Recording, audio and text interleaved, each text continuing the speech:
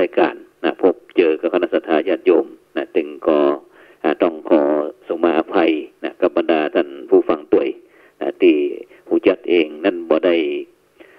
ไปพบเจอเนื่องจากที่ติดศาสนกิจอยู่ที่ต่างจังหวัดที่ต่างจังหวัดที่จังหวัดแปร่จังหวัดแปร่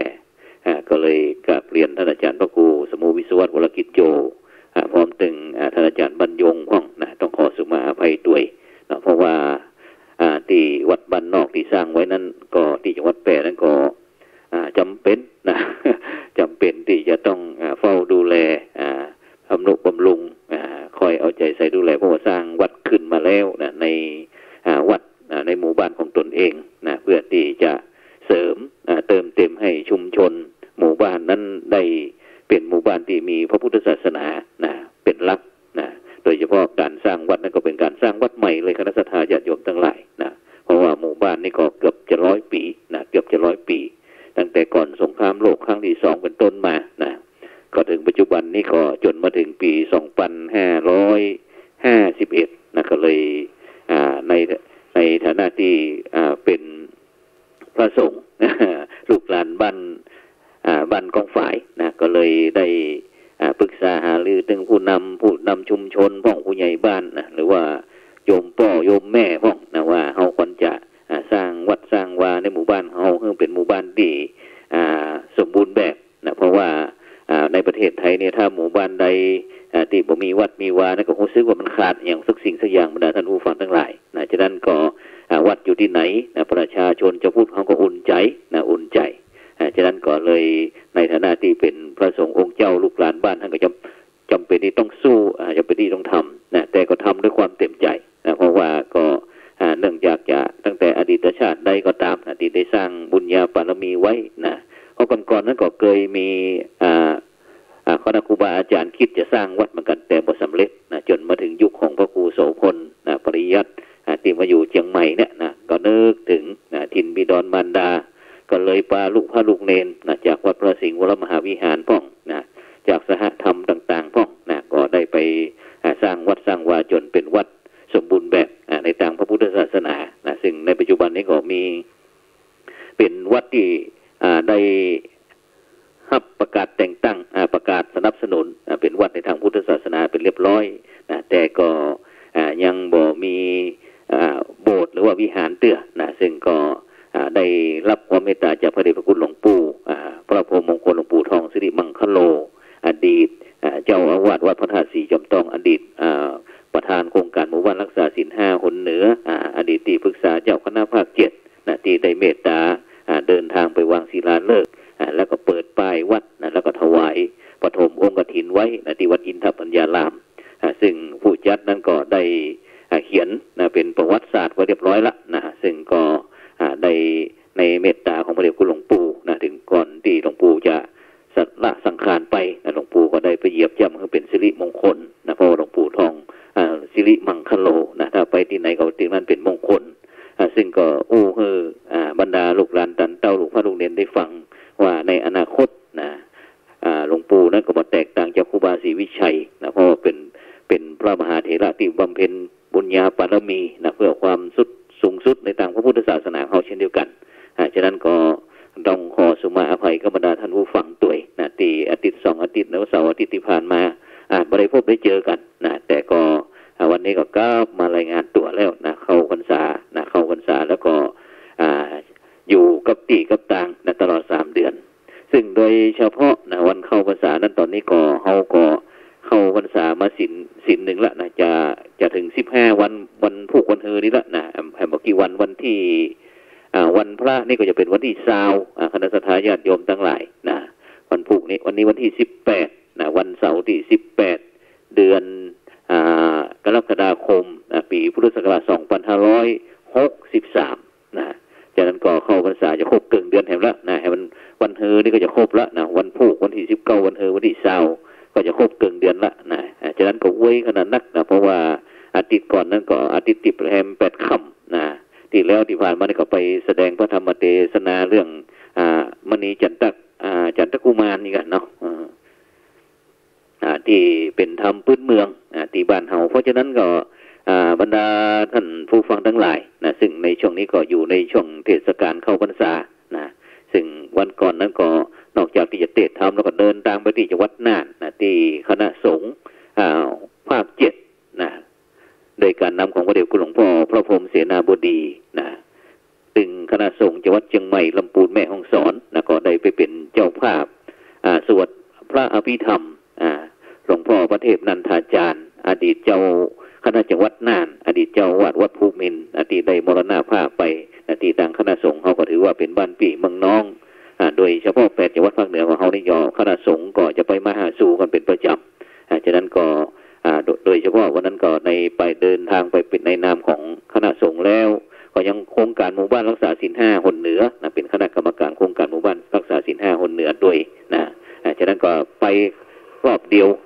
ได้หลายงานอีกเนาะนะนอกจากนั้นก็ยังได้เดินทางกลับมาบรรดาท่านผู้ฟังทั้งหลายแล้วก็มาเตรียมพบก็เจอกับบรรดาพ่อแม่พี่น้องท่านผู้ฟังอยู่เนี่ยนะฉะนั้นในช่วงเข้าเทศกาลเข้าพรรษานี่ก็เป็นวันที่เทศกาลมีความสำคัญนะที่ตั้งสมเด็จพระสัมมาสัมพุทธเจ้านะทรงบัญญัตินะพระสงฆ์ทุกลูกนะจะต้องประจำอยู่เป็นที่เป็นตางนะซึ่งสมัยก่อนนั้นเมื่อครั้งพุทธกาลนั้นก็บ่มีละนะการจำพรรษานี่นะแรกๆนั้นก็พระสงฆ์องค์เจ้าเขาบ่นักบ่หนาฟ้าป้านก็บ่ได้สร้างความเดือดร้อนนะบ่ได้รับผลกระทบนะหรือว่าอาจจะไปรับผลกระทบจากพี่น้องที่นับถือศาสนาอื่นก็ได้นะก็เลยมีการฟ้องมีการเล่าจ้าอู้กันปากต่อปากก็จนได้ยินถึงพระพุทธเจ้านะเรื่องได้ยินถึงพระพุทธเจ้าก็เลยห้องประชุมสงฆ์ว่าตั้งแต่แฮม1 ค่ำเดือน8เป็นต้นไปต่อจากนี้ไปนะก็พระสงฆ์องค์เจ้าบ่ต้องไปออกเผยแพร่ละนะเขาจะยุดอยู่3 เดือนนะอยู่กับที่เพื่อที่จะบ่ได้สร้างความยุ่งยากลำบากแล้วก็โดยเฉพาะทางการเดินทางนะในการเผยแพร่นั่นก็หน้าฟ้าหน้าฝนมันบ่สะดวกแล้วก็ที่สำคัญคือหน้าฟ้าหน้าฝนนี่ก็จะเป็นฤดูที่สัตว์ต่างๆนั้นก็จะมีการแพร่พันธุ์ขยายพันธุ์กันอาจจะตั้งใจก็ดีบ่ตั้งใจก็ดีไปเหยียบไปย่ำทำให้ชีวิตน้อยๆมันสูญไปเพราะฉะนั้นเนี่ยบรรดาท่านผู้ฟังทั้งหลายตลอด3 เดือนนั้นก็เป็นช่วงเวลาโอกาสสำคัญในรอบปีที่พระสงฆ์จะได้มาอยู่จำพรรษามาร่วมกันในอาวาสหรือว่าในสถานที่ใดที่หนึ่งเพื่อที่จะได้ศึกษาพระธรรมวินัยจากพระสงฆ์ที่ทรงความรู้ซึ่งก็นับว่าเป็นการแลกเปลี่ยนประสบการณ์แล้วก็ได้สร้างความสามัคคีในหมู่คณะโดยตนเองเพราะฉะนั้นวันเข้าพรรษาตลอด3 เดือนเนี่ยก็พุทธศาสนิกชนเจ้าไทยเขาก็ถือเป็นโอกาสอันดีที่จะได้บำเพ็ญบุญบำเพ็ญกุศลเนาะเข้าวัดเข้าวาทำบุญตักบาตรฟังพระธรรมเทศนาแล้วก็นับว่าเป็นโอกาสพิเศษที่หนักกว่าวันสำคัญอื่นๆเพราะว่าโดยเฉพาะเริ่มต้นเข้าพรรษานี่ก็จะมีการถวายหลอดไฟห้องเทียนเข้าพรรษาห้องผ้าอาบน้ำฝนหรือว่าผ้าวัดสิกะชาดกสาดกแก่พระสงฆ์หรือว่าสามเณรเพื่อไว้สำหรับพระสงฆ์สามเณรได้ใช้ตลอดการอยู่จำพรรษาซึ่งก็ในอดีตชายไทยที่เป็นพุทธศาสนิกชนแล้วก็มีอายุครบบวช20 ปีก็จะนิยมถือบรรพชาอุปสมบทเป็นพระสงฆ์เพื่อที่จะอยู่จำพรรษาตลอดทั้ง3 เดือนโดยพุทธศาสนิกชนชาวไทยก็จะเฮียนฮ้องว่าการบรรพชาอุปสมบทเพื่อจำพรรษาตลอดพรรษาเป็นว่าบวชเอาพรรษานอกจากนั้นก็เมื่อปี2551วันนั้นก็วันเข้าพรรษานั่นก็ตั้งรัฐบาลไทยเขาก็ได้ถือว่าเป็นวันงดดื่มสุราแห่งชาติฉะนั้นก็เป็นโอกาสที่ดีที่เฮาท่านทั้งหลายท่านหลายคนอาจจะได้ตั้งจิตอธิษฐานว่าตลอด3 เดือนนี้เขาจะอยู่เขาจะงดเหล้าเด้อเพื่อถวายเป็นพุทธบูชาธรรมบูชาหลายท่านหลายคนก็อาจจะถือโอกาสที่ได้นอนวัดนอนวาถือศีล8ห้องแล้วก็ปฏิบัติธรรมห้องชนี้เป็นต้นเพราะฉะนั้นเนี่ยก็ถือว่าเป็นโอกาสที่ดีบรรดาท่านผู้ฟังทั้งหลายฉะนั้นก็ท่านผู้ฟังก็จะเป็นลืมเด้ออันวันโกนวันพระเขาก็ปากุลบุตรกุลธิดาลูกหลานตันเต้าของเขาเข้าไปวัดไปว่าเพื่อที่จะเป็นการสืบทอดในการอุดมการณ์ของเจ้าพุทธของเฮาโดยเฉพาะเรื่องการ ทำนุบำรุงพระพุทธศาสนาที่เป็นเรื่องสำคัญเพราะว่าในปัจจุบันเนี่ยพระพุทธศาสนาเขาก็ได้รับผลกระทบเช่นเดียวกันเรื่องยุคโลกาภิวัตน์นะ 4.0 นะซึ่งก็เป็นเรื่องธรรมดาบรรดาท่านผู้ฟังทั้งหลายนะซึ่งความเจริญทางโลกนั้นก็แน่นอนละนะซึ่งก็จะเป็นเรื่องการตามกิเลสตามความอยากบอกว่าจะเป็นเรื่องใครมีแล้วก็อยากจะมีแหมจะมีเงินร้อยก็อยากจะมีเงินปันมีเงินปันก็อยากจะมีหมื่นมีแสนมีล้านมีร้อยล้านปันล้านหมื่นล้านแสนล้านอย่างนี้ต้นเนาะแล้วก็อย่างที่มันมีน้อยๆนะก็อยากจะได้นักๆอีกนะโดยบ่ได้คิดถึงเรื่องความเป็นมาว่าจะได้มาด้วยความชอบธรรมก็ผิดศีลผิดธรรมก็นะอย่างในปัจจุบันเนี่ยบรรดาท่านผู้ฟังทั้งหลายนะซึ่งถึงแม้พระพุทธในพี่น้องชาวไทยเขาจะนับถือพุทธศาสนาหนักกว่า90%แต่พระพุทธศาสนานั้นก็ยังรู้สึกว่าบ่มั่นคงในประเทศไทยของเขาเพราะว่าพี่น้องคนไทยของเขานั้นบ่ได้เข้าใจบ่เข้าใจถึงหัวใจของพระพุทธศาสนาก็เลยทำพ่องบ่ทำพ่องหันเปิ่นทำพ่องอย่างตามเทศกาลตามประเพณีพ่องนะแล้วก็บ่ได้นำไปประพฤติปฏิบัติกันก็เลยบ่เข้าใจถึงเรื่องคุณงามความดีในทางพระพุทธศาสนาของเขาซึ่งบางท่านบางคนก็อาจจะดูถูกได้ซ้ำไปนะว่าพระพุทธศาสนานั้นบ่เฮืออย่างฉะนั้นเนี่ยบรรดาท่านผู้ฟังทั้งหลายซึ่งในฐานะที่เขาเป็นเจ้าพุทธนะผลกระทบที่มาตันตาหานี่ก็คือเนี่ยในยุคโควิด19เนี่ยนะโควิด19นี้นะซึ่งถ้าบุคคลใดท่านใดนะที่ยังดำเนินชีวิตโดยความประมาทเป็นของภัยชีวิตนะก็ย่อมได้รับผลกระทบทุกด้านกันนะซึ่งเขาจะหันเลยว่าในบ้านเมืองของเขาเนี่ยในปัจจุบันเนี่ยมันเกิดเรื่องเกิดราวจีปะทะบรรดาท่านผู้ฟังทั้งหลายนะเพราะว่าต่างคนต่างหันแก่ตัวเองนะบอกว่าเป็นภัยนะบอกว่าจะเป็นทางภาครัฐภาคเอกชนต่างๆปากนี้ว่าฮักประเทศนะฮักพระพุทธศาสนาแต่จากการประพฤติปฏิบัติแล้วเนี่ยบ่มั่นใจบ่กล้าที่จะบอกว่าเป็นเจ้าพุทธแท้หรือว่าเจ้าพุทธเล่นนะซึ่งก็เป็น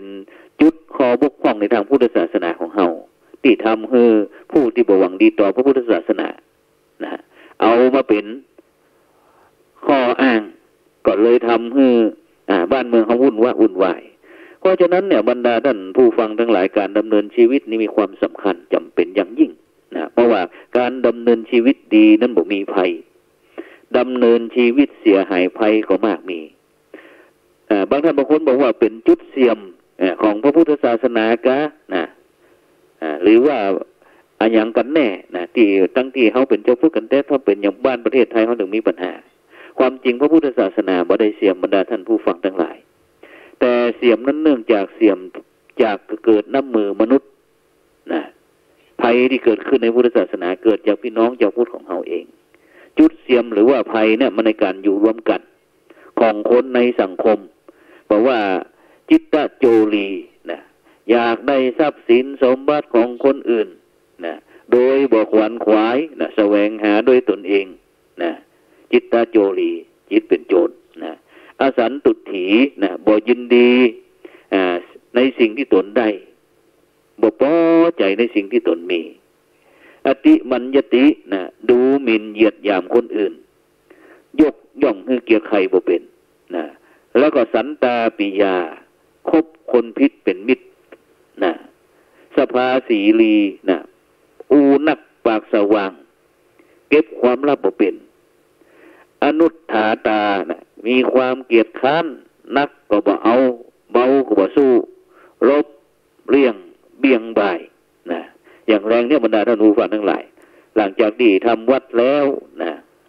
ผู้จัดเองก็ได้จวนลูกเนนนะที่อาคาร5ชั้นวัดพระสิงห์วรมหาวิหารของเขาบอกว่าไหนๆก็จะยุดแล้ววันนี้เขาก็จะพัฒนาโดยเฉพาะเขาได้ปลูกพริกปลูกฟักปลูกมะเขือใบกะเพรานะอย่างหลายๆอย่างพักสันครัวเขากินได้ไว้นะก็จวนลูกเนนนะจวนลูกเนนบอกว่าช่วยกันซึ่งเขาที่อาคาร5ชั้นของเขานี่ก็จะมี30กว่านะมี30กว่าชีวิตนะเกือบ40นะบางครั้งก็น นักเหลือบางอำเภอก่อนเนี่ยอยู่ที่อาคาร5 ชั้นกับพระครูโสพลผู้จัดเองนะก็มีเนรลูกหลังจากที่พัฒนาเรียบร้อยก็มีเนรลูกหนึ่งนะเผลอไปรับ หลังจากที่เรียนหนังสือแล้วเผลอรับไปพระครูโสพลก็เลยบอกว่าป้ายไปวิ่งเสีย10 รอบนะแล้วบอกว่าวันหลังอย่าทำนะลูกนะบอกว่าการอยู่ร่วมกันเนี่ยเขาจะต้องเสียสละจะนี้เป็นต้นนะฉะนั้นอนุถาตาความเกียจค้านนักเบาเบาสู้เนี่ยลบหลีกเลี่ยงเบี่ยงบ่ายเนี่ยชีวิตมันบ่เจริญนะแล้วนี่เป็นภัยชีวิตแล้วก็สุราสีลีนะเป็นนักเลงสุรานะเจ้าหาเย็นเฮนะปะหน้าเป็นเจอแก้วเจอขวดอดีตหาเจ้ากินค่ำแต่ปัจจุบันเนี่ยหาเจ้าแล้วเมาค่ำนี่ขอว่าสุราสีลีแล้วก็สุดท้ายนิทาสีลีเป็นคนสันหลังเหงาเอาแต่นอนเอาแต่กินนะบ่ไอสนใจอย่างอื่นโดยเฉพาะในปัจจุบันเนี่ยบรรดาท่านผู้ฟังทั้งหลายนอกจากที่จะมีเสพติดสิ่งเสพติดมาใหม่ก็คือมือถือเนี่ยนะปัจจุบันเนี่ยโดยเฉพาะบรรดายุวชนเยาวชนของคนไทยของเราเนี่ยถือว่าเป็นกำลังของชาตินี่นะน่าเป็นห่วงแต่บรรดาท่านผู้ฟังทั้งหลายแม้แต่พระสงฆ์องค์เน้นที่อยู่กับอาตมาผู้จัดเองก็เช่นเดียวกันบรรดาท่านผู้ฟังทั้งหลายก็จำเป็นที่จะต้องจัดระบบระเบียบโดยเฉพาะนะตั้งแต่วันจันทร์ถึงวันเสาร์นะวันเสาร์เจ้านี่บางครั้งมันมีเฮียนอยู่ก็บอกว่าเอาโทรศัพท์มาฝากไว้ที่พระอาจารย์หมดต้องห่วงทุกสิ่งทุกอย่างแล้วก็เลิกเฮียนวันเสาร์นะเลิกเฮียนวันเสาร์แล้วก็มารับโทรศัพท์ไปจนถึงวันจันทร์ตอนเจ้านะก็ส่งครับนะเนี่ยบรรดาท่านผู้ฟังทั้งหลายจำเป็นนะที่จะสร้างโอกาสกับบรรดาลูกเนนนะซึ่งถือว่าเป็นกำลังรักตึงถ้าบวชอยู่ในพระพุทธบวชก็เป็นสีแก่พระศาสนาแม้แต่จะลาสิกขาก็บอกเป็นอนาถาของสังคมเนี่ยมันทำให้ชีวิตที่เข้ามาบวชเนี่ยมันได้โอกาสนะแต่ถ้าเราสันหลังยาวเอาแต่นอนเอาแต่เล่นก็ทำให้เสียโอกาสพลาดจากประโยชน์นะมีแต่โทษมีแต่ภัยนะไปทางใดภัยก็บ่ชอบนะไปทางใดภัยก็จังเพราะเป็นคนบ่มีประโยชน์นะเป็นที่หกลุงลังเป็นบ่ได้เป็นเพราะว่าลกคนดีกว่าลกหญ้าหากคนไม่เข้าท่าลกหญ้าดีกว่าลกคนเพราะฉะนั้นเนี่ยชีวิตการดำเนินชีวิตของคนเขาจะผ่องใสไร้ความโศกเศร้านะเป็นชีวิตที่มีหวังแล้วก็เป็นชีวิตที่มีประเสริฐฉะนั้นหมู่เขาจำเป็นที่จะต้องอาศัยการประพฤติปฏิบัตินะตามคุณธรรมนะคือในช่วงเทศกาลเข้าพรรษาเนี่ยโดยเฉพาะเขาเป็นเจ้าพูดนิดนึงเนี่ยเขาจะต้องทำตัวนึงห่างไกลจากอบายมุข2นะก็อย่าสนุกเรื่องอกุศลนะเรื่องอกุศลนะเรื่องบดีนะ3ยินดีในทรัพย์แล้วก็สิทธิของตน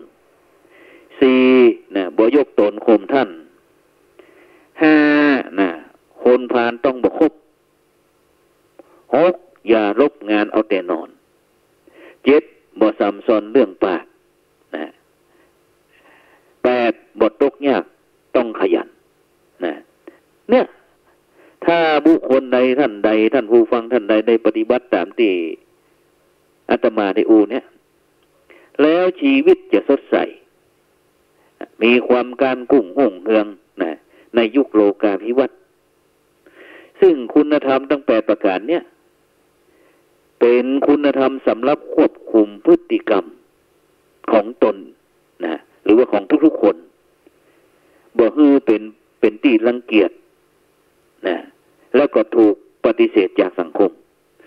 เพราะฉะนั้นเนี่ยบรรดาท่านผู้ฟังทั้งหลายภาพในทางพระพุทธศาสนานะพุทธศาสนิกชนของเขาเนี่ยนะที่ได้ประกาศตนนะหรือว่าแสดงตนนับถือพระพุทธศาสนาในขนาดเนี้ยนะแต่ก่อนนั้นเขาได้แสดงตนเป็นพุทธมามกะแล้วนะก็ถือว่าจบละแต่ในปัจจุบันนี้จำเป็นต้องซอยย่อยนะนอกจากที่จะเป็นเจ้าพุทธสามารถไว้พระสมาทานศีลแล้วแต่ก่อนที่เป็นเจ้าพุทธก็คือจบแต่ปัจจุบันเนี่ยจำเป็นต้องแบ่งออกเป็น3ลักษณะนะบอกว่าเป็นพุทธศาสนา นะเป็นเจ้าพุทธนะที่มุ่งปัญญาหาเหตุหาผลนะมีแสงสว่างแล้วก็สามารถหาทางพ้นทุกข์ได้นะต้องลงทุนศึกษาแล้วก็ปฏิบัติตามหลักไตรสิกขาก็คือเรื่องศีลสมาธิปัญญานี่เขาบอกว่าเจ้าพุทธแต่สองเทวนิยมเจ้าพุทธเทวนิยมชอบอ้อนวอนบนบานศาลกล่าวขออำนาจเบื้องบนดลบันดาลถ้าได้สมหวังแล้วก็จะมาบวงสรวงอย่างยกตัวอย่างไว้สิ่งศักดิ์สิทธิ์ที่คิดว่ามีอำนาจ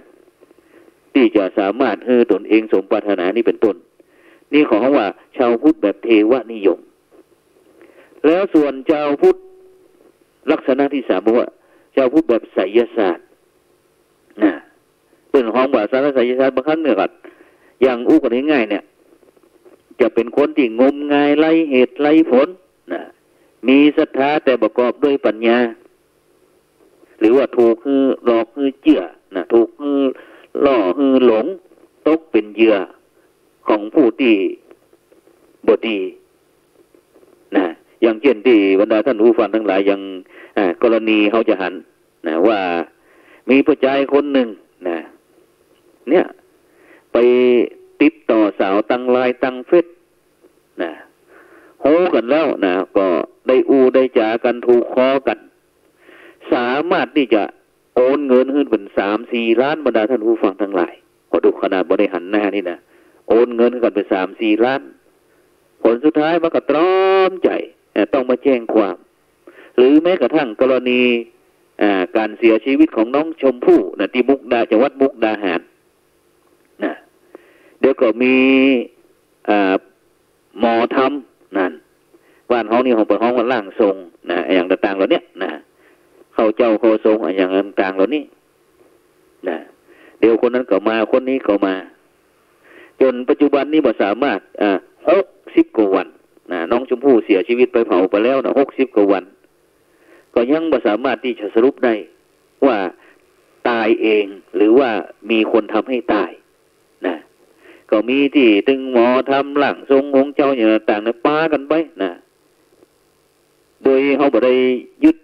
ลักเหตุลักผลอะไรอย่างต่างแม้กระทั่งเอาวิทยาศาสตร์เข้าไปจับบรรดาธนูฟังทั้งหลายก็ยังปากันทักท้วงเป็นอย่างนั้นเป็นอย่างนี้เพราะว่าบ่ถูกใจตนเองสมมุติว่ามันจะต้องแบบนั้นเป็นอย่างนี้ละอ่อนน้อยจะขึ้นไปได้จะได้จากจีปธาตุต่างๆเนี่ยบรรดาท่านผู้ฟังทั้งหลายเปิดห้องว่าเจ้าพูดแบบไสยศาสตร์เพราะฉะนั้นเนี่ยบรรดาท่านผู้ฟังทั้งหลายอย่างที่ตั้งภาคอีสานมากันก็มีหมู่ตั้งปัจจุบันนี้ก็ตั้งฝ่ายบ้านเมืองเปิดก็ได้กำชับว่าการที่จะขอบริจาคหรือว่าการเดือดไล่แต่ก่อนเนี่ยมีของตั้งพระป่าของพระสงฆ์องค์เจ้าคณะสัตยาญาติโยมห้องนี่นำรถออกไปนำเจ้าฟ้าใบที่กล่าวนำพระพุทธรูปอย่างต่างใส่ใต้รถแล้วก็ไปขอบริจาคตามตลาดกาดมั่วตามบ้านตามจ้องต่างๆจนสร้างความเสื่อมเสียให้กับพระพุทธศาสนาในประเทศไทยของเขาเพราะว่าจะเป็นผู้ที่เฮียนแบบตั้งพระสงฆ์ทำมาหากินลำบากก็เลยมาปลอมหนุ่งผ้าเหลืองห่มเหลืองพ่องบาตรดำเนินชีวิตคล้ายกับพระสงฆ์เนี่ยคล้ายๆเนี่ยบางครั้งก็ทำเกิดความเสื่อมเสียกับพระพุทธศาสนาของเขานักหนาประปานนอกจากนั้นก็ยังมีเจ้าบ้านนอกจากที่ผู้เฮียนแบบแล้วก็ยังมีเจ้าบ้านปากันเรียอะไรเจิญจวนเพราะว่าพี่น้องคนไทยเขาที่นับถือพุทธศาสนาจะเป็นใจเป็นบุญเป็นกุศลถ้าไปหาเรื่องการเรื่องบริจาคเรื่องกินเรื่องทานแล้วปากันลุ่มโล่อย่างวันก่อนนั้นดีขึ้นวิทยุสีขาวได้เดินทางไปเมืองน่านก็ได้พบเจอกับท่านอาจารย์พระครูอภิวัตวิกรมท่านอาจารย์บรรยมที่อำเภอนาน้อยได้ไปเป็นกำลังใจให้ท่านคณะทำงานพระสงฆ์นักพัฒนารูปหนึ่งที่ได้รับผลกระทบจากคัดผลประโยชน์ในชุมชนก็ เลยมีเจ้าบ้านพากันกล่าวโทษซึ่งก็ได้ไปทำความเข้าใจกันเรียบร้อยแล้วอาจารย์มันโยงบอกว่าเนี่ยเจ้าพูดของเขาเนี่ยเวลาปลาไปกินไปตานที่หั่นอีนั่นล่มโล่นะมีร้อยไปร้อยมีปันไปปันนะอย่างที่เขาไปอันนี้นะเหมือนกับที่เขามาตานพ่อป่านะที่สถานีวิทยุเขาเนี่ยเต็มมืดฟ้ามัวดินเต็มไปหมดนะอาจารย์มันโยงเสร็จแล้วก็บอกว่าถ้าปลาไปรักษาศีลนี่นะลดลงมาให้เหมาะนะจากที่ร้อยนี่นะจะเหลือสักถ้าไปถือศีลนี่ประมาณสัก50เกียรติพี่น้องชะตาญาติโยมได้50ไปถ้าไปถือศีลนี่นะแต่ถ้าไปเจริญจิตภาวนาเนี่ยบรรดาท่านรู้ว่าทั้งหลายเหลือให้มัน20%ต่ออันเนี่ยซึ่งสังคมไทยเขาเนี่ยในวงพุทธศาสนาเนี่ยต่างนิยมสร้างพระขายพระโฆษณาพระกันนักไม่ว่าจะเป็นพระพุทธพระธรรมพระสงฆ์พระพรหมพระเครื่องจนบางครั้งเกิดปัญหาการต้มพระพุทธคุดพระธรรมหย่ำพระสงฆ์สงฆ์พระเครื่องดังเป็นข่าวปรากฏบ่อยๆนะอย่างที่หรือว่าเรียอะไรเนี่ยนะพออันทางเจ้าหน้าที่เทศกิจเข้ามาจี้เข้าเอาแล้วเป็นว่าล่างทรงลงองค์หมดนั่นจีบุญจีเพดาเข้ามาอย่างนี้เป็นต้นเพราะฉะนั้นเนี่ยบรรดาท่านผู้ฟังทั้งหลายพระรัตนตรัยในยุคนี้ไม่ใช่มีแต่พระพุทธพระธรรมพระสงฆ์ต่ออันหากแต่เพิ่มพระเครื่องเข้าประตูแห่งหนึ่งซึ่งพระเครื่องเนี่ยกำลังมีอิทธิพลต่อศรัทธาแล้วก็เศรษฐกิจบ่ใจน้อยแต่ก่อนนั้นพระเครื่องเนี่ยนะเดิมทีนั่นนะก็มีไว้สำหรับคล้องคอเป็นเครื่องระลึกถึงคุณพระก็คือคุณของครูอุปชาอาจารย์เป็นเรื่องศรัทธาโดยส่วนเดียวบ่เกี่ยวกับเรื่องเศรษฐกิจแต่จะได้ก็ตามพระคล้องคอหรือว่าพระเครื่องหาใจเป็นหลักประกันของชีวิตว่าเขาจะบ่ตายเขาบ่เจ็บบ่เป็นแต่เป็นเพียงขวัญแล้วก็กำลังใจตัวอันแต่พระที่เป็นหลักประกันและช่วยให้บรรดาพี่น้องท่านทั้งหลายให้พ้นจากภัยนั่นก็คือพระคล้องใจพระคล้องใจก็คือได้แก่อันได้แก่ธรรมะดังที่เป็นบอกแขวนของขังไว้ที่คอพอคุ้มได้แขวนของขังไว้ที่ใจยิ่งได้ผลเพราะฉะนั้นเนี่ยบรรดาท่านผู้ฟังทั้งหลายธรรมะอันเป็นเหตุจวนให้ระลึกนึกถึงกันปฏิบัติต่อกันในทางที่จะก่อให้เกิดไมตรีจิตไมตรีมีมิตรภาพบ่ได้คิดที่จะทิ้งจะขว้างจะทอดทิ้งกันทั้งในยามทุกข์และก็สุขอย่างที่องค์พระสัมมาสัมพุทธเจ้าตรัสว่าตัดคุณธรรมหมวดหนึ่งศาลานิยธรรม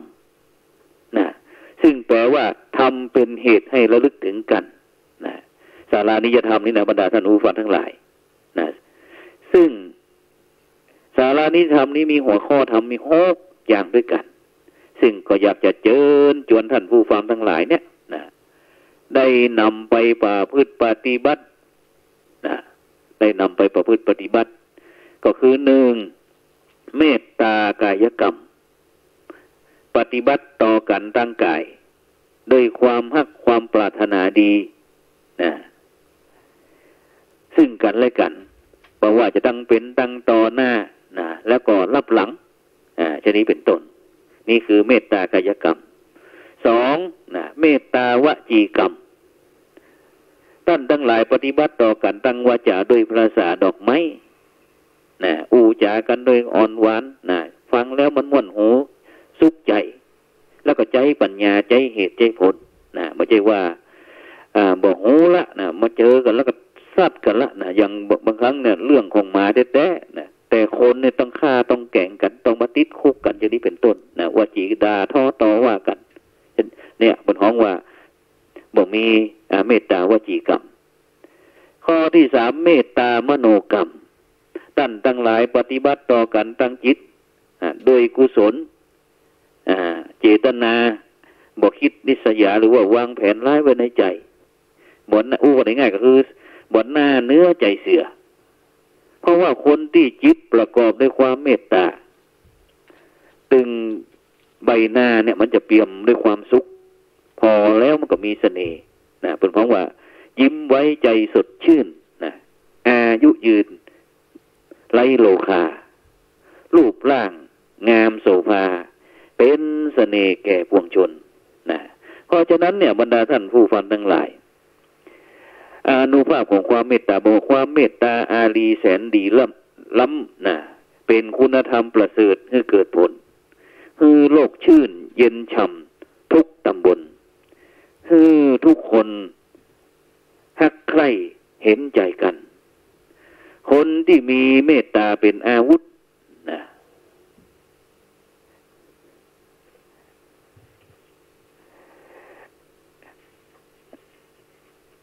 สีหน้าพุทธผ่องแย้มและแจ่มใสรับก็เป็นสุขตื่นลุกก็ชื่นใจและก็ไม่ฝันร้ายสบายดีนะนี่คือหัวข้อธรรมเมตตามโนกรรมข้อที่3ในสารานิยธรรมข้อที่3ส่วนข้อที่4สารานะโภคีนะแบ่งปันลาภผลตามที่ตนหามาได้โดยความชอบธรรมแก่เพื่อนบ้านเพื่อนจ้องเพื่อนมนุษย์นะอย่างที่ประเทศไทยของเราได้ครับสถานการณ์โรคระบาดโควิดที่ว่าเนี่ยนะซึ่งเราจะเดินทางไปทางใดก็มีแต่ผู้ที่มีแบ่งปันแม้แต่พระสงฆ์องค์เจ้าก็ยังทนบ่ได้บรรดาท่านผู้ฟังทั้งหลายนะร่วมกันตั้งตู้แบ่งปันสุขพ่องนะหรือว่าเป็นสายทานน้ำใจตั้งลงทานในวัดในวาพ่องนะแม้กระทั่งสร้างอาชีพนะอย่างที่วัดโลกโมลีนะในเมืองเชียงใหม่เนี่ยนะในวัดโลกโมลีในเมืองเชียงใหม่นี่ก็ได้ท่านอาจารย์ดร.ดวงคำนะเป็นก็ได้ร่วมกับศูนย์ฝีมือแรงงานภาคเหนือนะจัดการอบรมนะตั้งวัดใจคณะสัตยาญาติโยมอิตกจากการจากงานจากผลกระทบจากโควิดมาฝึกงานที่นี่นะฝึกงานที่นี่แล้วก็เมื่อเข้าสู่สถานการณ์ปกติแล้วก็สามารถนำไปประกอบอาชีพของตนเองได้จะนี้เป็นต้นแล้วก็ข้อที่5ศีลสามัญญตาประพฤติตนบ่ให้เป็นที่รังเกียจแก่ผู้อื่นสามารถฟอร์มตัวเข้ากับสังคมได้นะมีความประพฤติในทางเดียวกันนะไม่ใช่ว่าเพิ่นมาตั้งตู้ปั่นซุกแล้วก็บ่สนใจแล้วเอารถเครื่องมาล้ออยู่ที่หน้าไอ้ข้างกับแปลงให้นะหันมาใส่บ่ได้ก็จกออกจกออกจกออกจนหมดเกลี้ยงตู้เสร็จแล้วก็ใส่ถุงปุ๋ยแล้วก็ไปเปิดขายแห่งที่นี้ก็บ่เหมาะเหมือนกันแล้วก็สารานิยธรรมข้อสุดท้ายทิฏฐิสามัญญตานะทิฏฐิสามัญญตามีความเห็นสอดคล้องตรงกันนะบ่ขัดแย้งกันเป็นสัมมาทิฏฐิด้วยกันหันชอบด้วยกันบ่หันโกงจักเป็นดอกบัวบ่หันชั่วเป็นดีบ่เป็นคนขวางโลกบ่ทำตนเป็นคนโลกจะนี่เป็นต้นเพราะฉะนั้นเนี่ยบรรดาท่านผู้ฟังทั้งหลายนะซึ่งในปัจจุบันนี้นะก็ต้องขออนุโมทนานะครับคณะครูบาอาจารย์ต่างๆพระสงฆ์องค์เจ้าที่ได้หันคณะสัตยาญาติโยมได้รับผลกระทบจากโควิด-19ก็ป้ากันนะที่จะออกมาจัดรายการวิทยุพ่องนะระดมพลพ่องเพื่อที่จะช่วยเหลือแม้กระทั่งการสร้างบ้านบรรดาท่านผู้ฟังทั้งหลายนะฉะนั้นวันนี้ก็เลยนำแห่งช่องทางหนึ่งนะซึ่งก็จะเป็นตั้ง Facebook นะ Facebook นะซึ่งก็จะเป็นการไลฟ์สดธรรมะเป็นทีมนะธรรมะเป็นทีมจากคณะครูบาอาจารย์ของเฮานะบอกว่าจะเป็นท่านมหาสมปองตระพุทโธท่านวรวัชระเมธีอย่างต่างพร้อมเป็นผู้จัดเองนะก็ได้เปิดช่องขึ้นมาแห่งช่องหนึ่งชื่อว่าธรรมะเป็นทีมนะซึ่งก็จะเปิดไลฟ์สดในทาง Facebook นะ Facebook นะซึ่งก็ในถึงวันพระนะอย่างที่วันอาทิตย์วันพรุ่งนี้นะวันที่19กรกฎาคม2563นะก็เวลาตั้งแต่20:00 นเป็นต้นไปนะจนถึง3:00 นนะก็จะพบกับรายการถามตรงๆตอบชัดๆนี่นะจากท่านมหาวาสนะนะแล้วก็พร้อมถึงมหาอเนกนะแล้วก็ท่านสร้อยพระอาจารย์สร้อยนะซึ่งก็เป็นนิสิตมหาจุฬาของเฮานะก็จะได้เสวนาธรรมกัน ตั้งธรรมะเป็นทีมนี้ในคืนวันพรุ่งนี้เวลา2 ทุ่มจนถึง3 ทุ่มแล้วก็ในส่วนวันที่วันพระวันที่20 กรกฎาคมวันจันทร์ที่20 กรกฎาคมซึ่งว่าเป็นวันพระใหญ่แฮม15 ค่ำเดือน8เวลาตั้งแต่2 ทุ่มเป็นต้นไปถึง3 ทุ่มก็จะพบกับคณาจารย์ร่วมกันเสวนาเรื่องบทบาทแล้วก็หน้าที่ของพระสงฆ์พร้อมถึงอนุสาสนาจารย์ในยุค 4.0 ในยุคโลกาภิวัตน์นี้ซึ่งก็มีพระครูโสพลปริยัติผู้จัดเองแล้วก็ท่านอาจารย์พระมหาดวงทิพย์จากพระธาตุจอมคำเมืองเชียงตุงแล้วก็อนุสาสนาจารย์แหมท่านหนึ่งซึ่งก็จะถือว่าเป็นการไลฟ์สดครั้งแรกในชีวิตของผู้จัดเช่นเดียวกันซึ่งก็อยากจะเชิญชวนบรรดาพ่อแม่พี่น้องท่านผู้ฟังทุกท่านแหมจ้องทางหนึ่งวันพุธนี้วันอาทิตย์นี้ก็จะพบกับถามตรงๆตอบตรงๆท่านก็สามารถที่จะสอบถามได้แล้วก็วันจันทร์ที่20 เดือนกรกฎาคมเป็นวันพระใหญ่ศีลใหญ่เป็นแฮม15 ค่ำเข้าพรรษามาครบ15 วันพอดีเกินเดือนพอดีเดือน8เวลา2 ทุ่มถึง3 ทุ่มก็จะพบกับผู้จัดแล้วก็คณาจารย์ร่วมกันเสวนาเกี่ยวกับเรื่องบทบาทแล้วก็หน้าที่ของพระสงฆ์และก็อนุศาสนาจารย์ในยุค 4.0 ในยุคโลกาภิวัตน์ในวันอาทิตย์วันจันทร์ฉะนั้นก็สำหรับในค่ำคืนวันนี้ก็เวลาหมดเวลาขอนำรายการจากบรรดาท่านผู้ฟังไปก่อนเพราะว่าวันพรุ่งนี้เราค่อยพบกันกำหนึ่งสำหรับในค่ำคืนนี้ก็ต้องขอบคุณอนุโมทนากับทุกท่านบุญใดกุศลใดที่ท่านทั้งหลายได้กระทำตั้งแต่อดีตไปจนถึงปัจจุบันก็ขอให้ประสบผลสำเร็จในหน้าที่การงานมีความสุขความเจริญหิมากาขึ้นปราศจากโรคภัยไข้เจ็บขอให้อายุมั่นยืนยาว